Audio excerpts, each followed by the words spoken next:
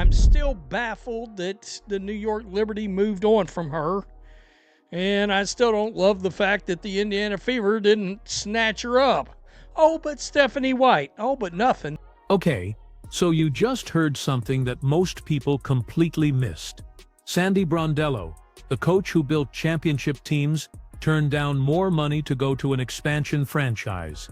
And what he just said about Caitlin Clark. That's the part everyone's sleeping on.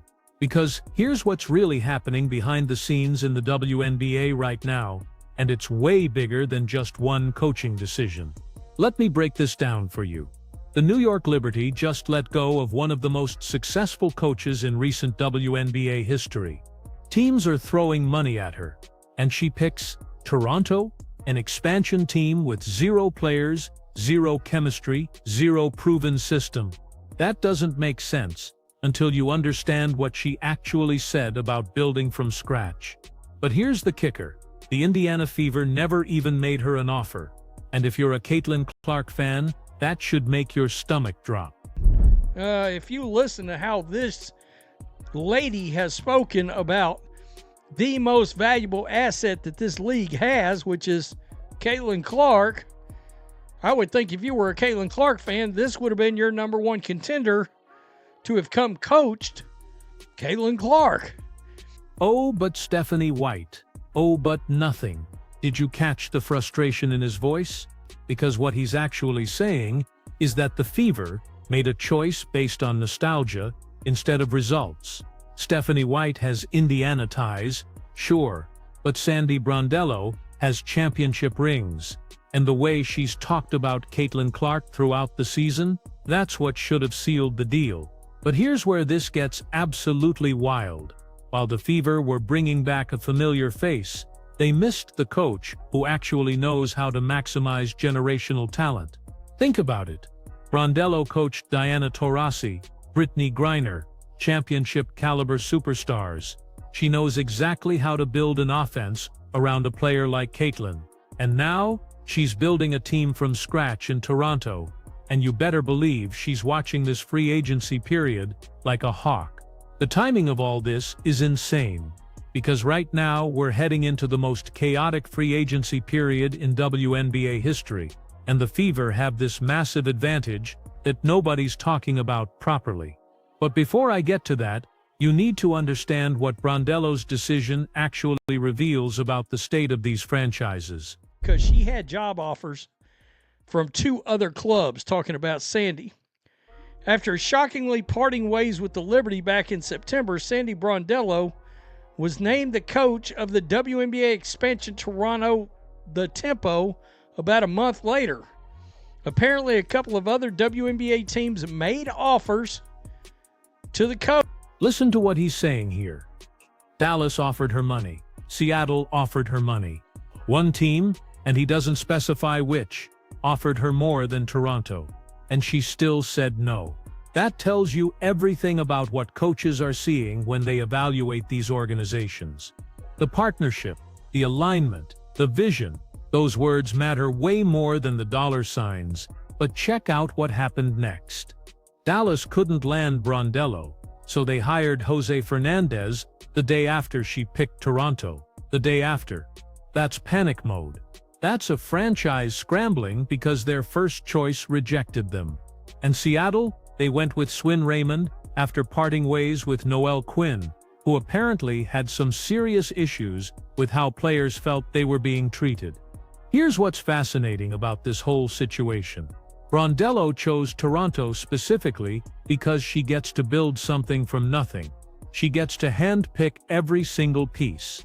And with the way this CBA situation is exploding right now, with almost every veteran in the league becoming a free agent, she's got the ultimate clean slate.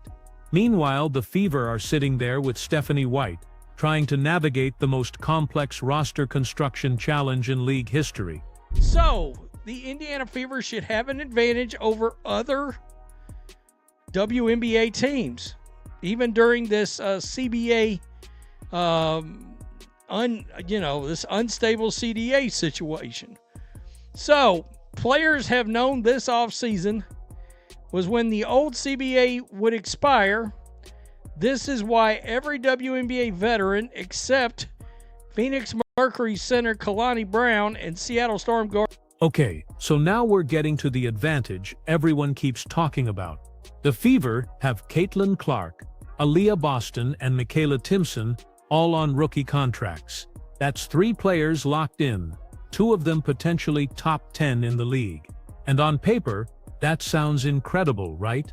You've got your foundation secured while everyone else is rebuilding from scratch. But watch what he says next, because this is where the reality check hits.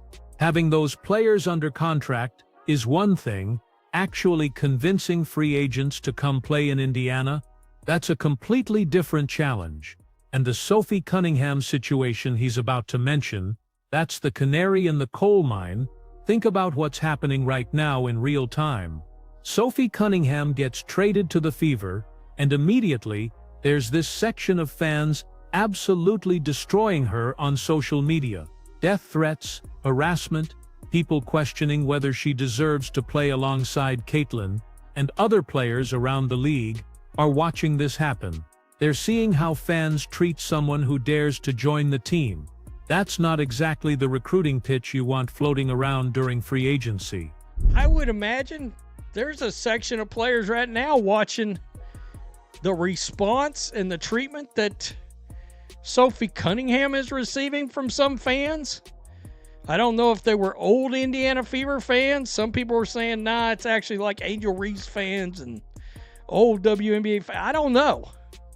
But we talked about all the great things that players could benefit from by coming to play around Caitlin Clark, and then when they do it, oh, that's a problem.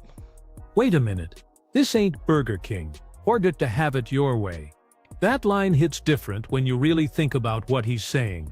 Because Fever fans spent all season talking about how players should be lining up to play with Caitlin Clark. All the exposure, all the endorsement opportunities, all the benefits of being on the most popular team in the league. And then when a player actually makes that move, a portion of the fan base turns on them instantly. This is the psychology that front offices have to navigate right now. Kelly Krauskopf and Amber Cox are sitting in meetings, trying to pitch free agents on coming to Indiana, and they've got to address the elephant in the room, the toxic portion of the fan base that makes players' lives miserable. How do you sell that? How do you convince someone to walk into that environment? But here's what makes this even more complicated. He mentions the possibility that the coach and certain players might not get along, that Stephanie White might not be the right fit for everyone on the roster. And when you combine that potential friction with the fan base issues, with the uncertainty of the CBA, with teams offering more money elsewhere, suddenly that advantage starts looking a lot less secure. The Kelsey Mitchell situation is the perfect example of what I'm talking about. He's been predicting for months that she's going to leave. And the reason he gives: she wants to be the #1 option. She wants to go somewhere where she's not competing with Caitlin Clark for shots, for attention, for the spotlight.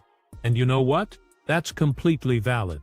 That's how elite athletes think. Predictions, I thought Sophie would come back for sure. I'm not so sure now. In fact, I'm leaning a little unlikely, although I do believe when players make statements like she made the other day, it's a negotiating tactic. You see this in other sports all the time. I don't think a lot of WNBA fans are... Listen to how he breaks this down.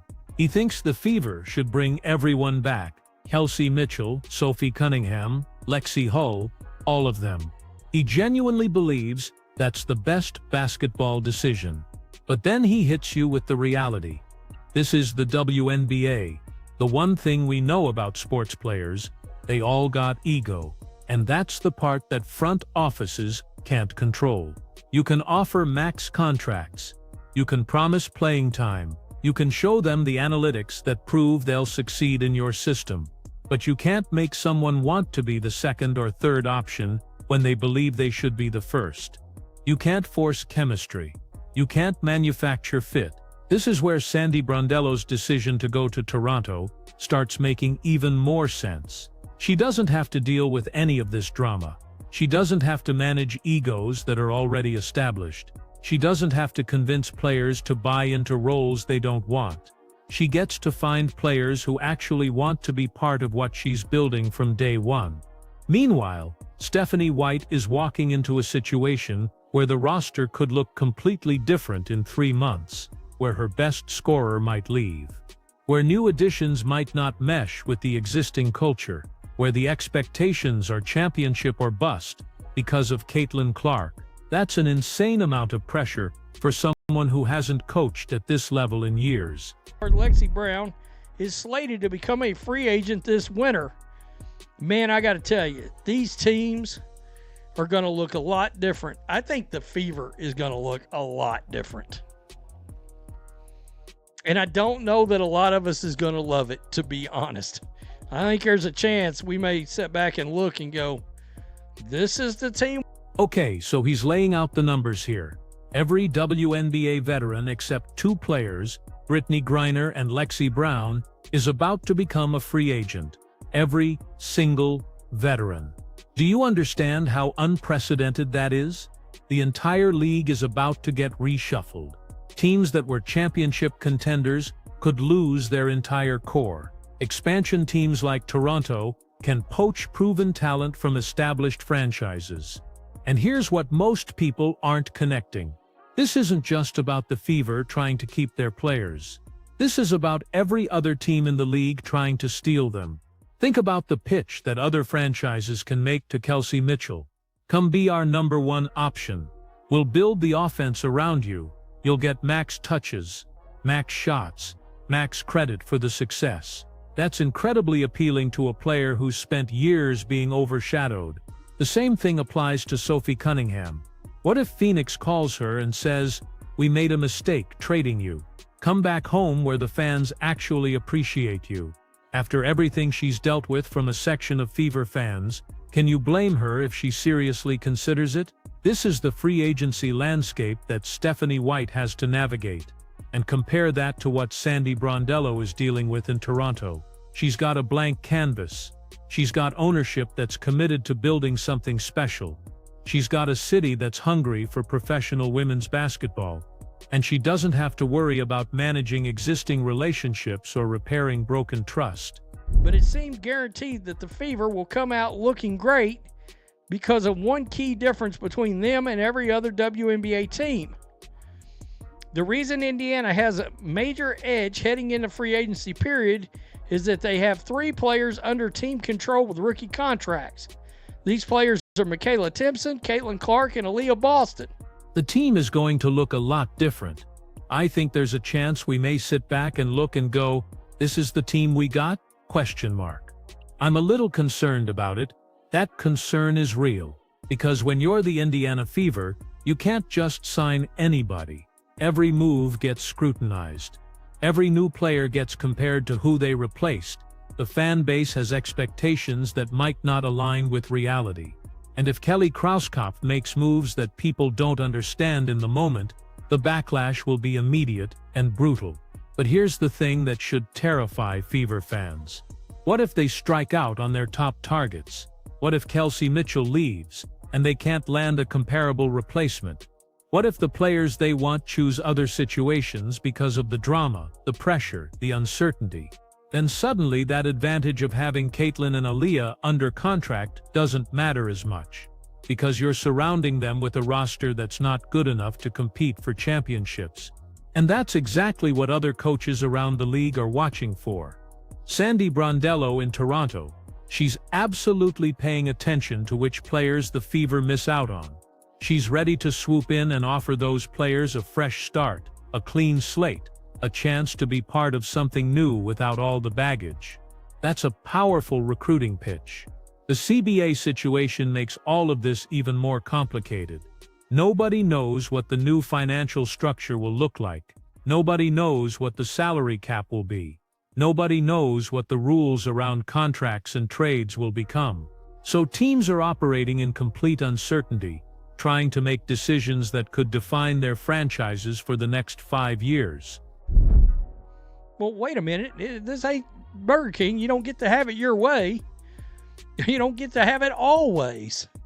You can't automatically just assume every player is going to want to stay no matter what.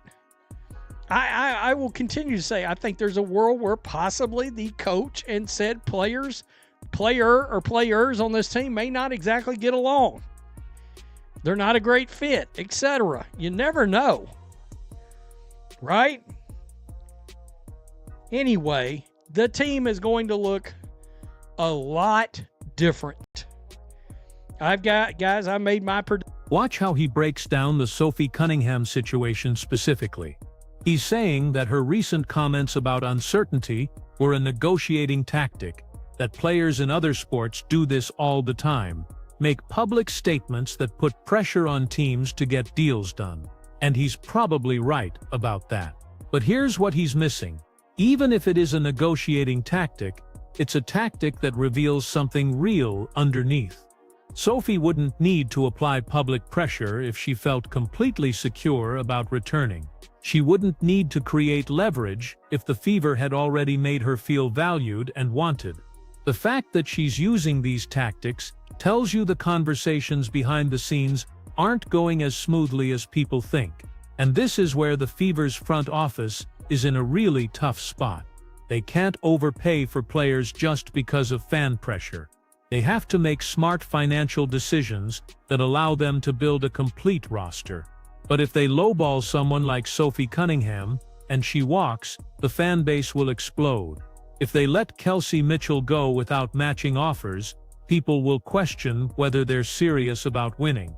This is the tightrope that Stephanie White and Kelly Krauskopf are walking right now. And meanwhile, Sandy Brondello is sitting in Toronto, building her roster piece by piece, without any of this drama. She's not dealing with fan expectations. She's not managing existing relationships. She's just identifying players who fit her system and making offers. The Dallas situation is fascinating too. They offered Brondello more money, and she still said no. What does that tell you about the Wings organization? What does that reveal about how coaches perceive that franchise? And then they panic-hired Jose Fernandez immediately after she rejected them. That's not a confident organization making a calculated decision. That's a team scrambling to fill a void. Used to seeing it because a lot of them doesn't watch NFL and MLB and whatever, but players will make comments because it puts some pressure on the team to get a deal done and bring them back and get them back in the fold. Even if this is the WNBA, the one thing we know about sports players, they all got ego. They all got ego. And that's the bottom line that explains everything we've been talking about. Ego drives decisions. Ego makes players choose situations where they can be the star instead of the supporting cast. Ego makes coaches turn down more money to build something from scratch. Ego creates all the drama and complexity that makes this free agency period so unpredictable. The Fever's advantage of having Caitlin Clark and Aaliyah Boston under contract is real, but it's not automatic. It doesn't guarantee that free agents will line up to sign. It doesn't mean the roster will be better next season than it was this year. And it definitely doesn't mean that the team chemistry will magically work just because you have talented players. This is what separates good front offices from great ones. Kelly Krauskopf has to identify players who not only fit the system basketball-wise, but who can handle the pressure of playing in Indiana, who can deal with the scrutiny, who genuinely want to be part of what the Fever are building. That's a much smaller pool of players than you'd think. And here's what keeps me up at night if I'm a Fever fan. What if Stephanie White isn't the right coach for this moment? What if her system doesn't actually maximize Caitlin Clark's abilities? What if the players she wants to bring in don't mesh with the players already on the roster? Then you've wasted a year of Caitlin's rookie contract, and you're right back in this same situation next off-season, except with more questions and less goodwill. Sandy Brondello doesn't have any of those concerns. She's building exactly what she wants, exactly how she wants it. And if it takes 2 or 3 years to become competitive, that's fine. That's expected for an expansion team. The pressure is completely different. The timeline is completely different. The entire organizational philosophy is completely different. Coach, but she turned them down in order to start fresh with a new team. According to Front Office Sports, the Wings and the Storm also made offers to Brondello, with one of the teams offering more money than the Tempo ultimately did. Although those exact numbers won't be released, Brondello's reasoning to land in Toronto. Let's go back to what he said about the partnership and collaboration, because that's the part that reveals what elite coaches actually care about. It's not just about money. It's not just about roster talent. It's about whether the front office and coaching staff are aligned on vision, on timeline, on how to build a winner. Andy Brondello talked about how she bonded with Monica Wright Rogers, Toronto